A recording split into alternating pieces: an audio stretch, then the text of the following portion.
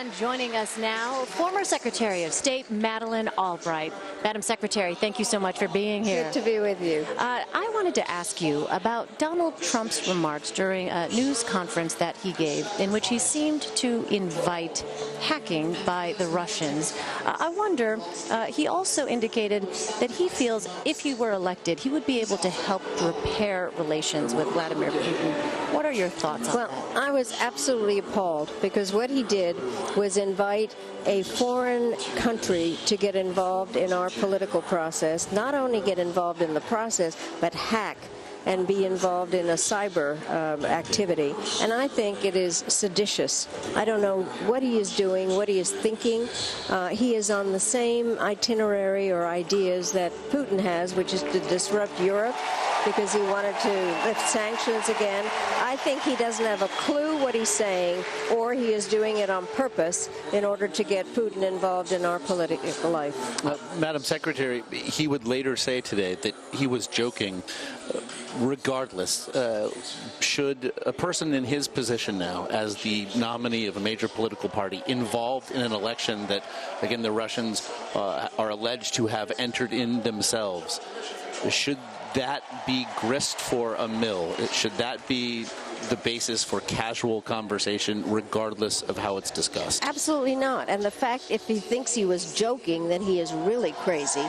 And I think that he is, it's a danger that he is running for president, because I was just in Europe, and it's practically impossible to explain what he says and does, and people cannot joke about something that is a national security issue. I cannot believe it.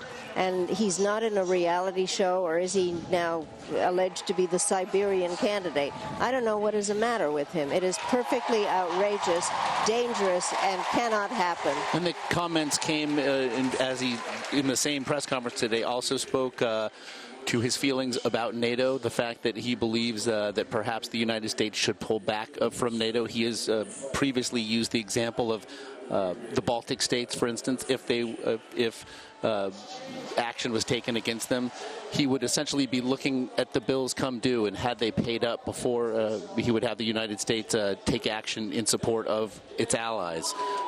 Against the backdrop of those comments. I mean, I think, again, that is exactly that he has the same motivations as Putin. Putin would like to see NATO broken apart. He is the one that thinks that we shouldn't be involved in anything. And so I don't understand where Trump is getting his instructions. What is going on here? It is very dangerous. NATO is, in fact, the most important alliance, military as well as of common values, that we've ever had. And I cannot believe that somebody who thinks that he should be President of the United States can possibly make such irresponsible statements that are exactly in line with what Putin wants. And no wonder he says that he would give Putin an A in leadership. Madam Secretary, in Cleveland last week, the Republicans tried to make the case that Hillary Clinton is unfit to be commander-in-chief, in part because of her handling of Benghazi. What is your response to that? Well, I think that is a misunderstanding of what happened in Benghazi. Also, that this was a NATO action, and that she has made clear what happened in Benghazi. And she has testified. There were all kinds of investigations of it. What I think happened is Trump lives in a parallel universe where facts don't seem to matter to him.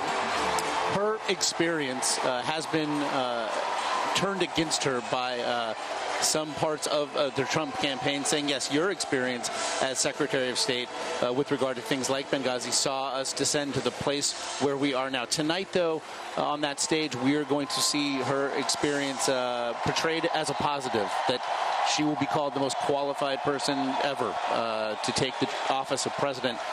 What do you make of the parsing of that idea as either a positive or a negative? Well, I think it depends on what you expect in a commander-in-chief.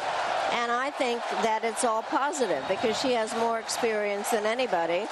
She was a terrific First Lady. She was a great senator who was on the Armed Services Committee and also learned to work across the aisle. And she was a Secretary of State who worked with the President of the United States to restore America's reputation, to try to sort out what were the results of the war in Iraq, and really to develop relationships and listen to people. So I think her experience is what qualifies her to be the best commander-in-chief that we could imagine, and that is why people need to support her, because we need a steady hand, somebody who understands it, a big brain and a big heart, and I think she's perfect for the job. Former Secretary of State Madeleine Albright. Madam Secretary, thank you so much for your time. Very much appreciate your time. Thank you very much.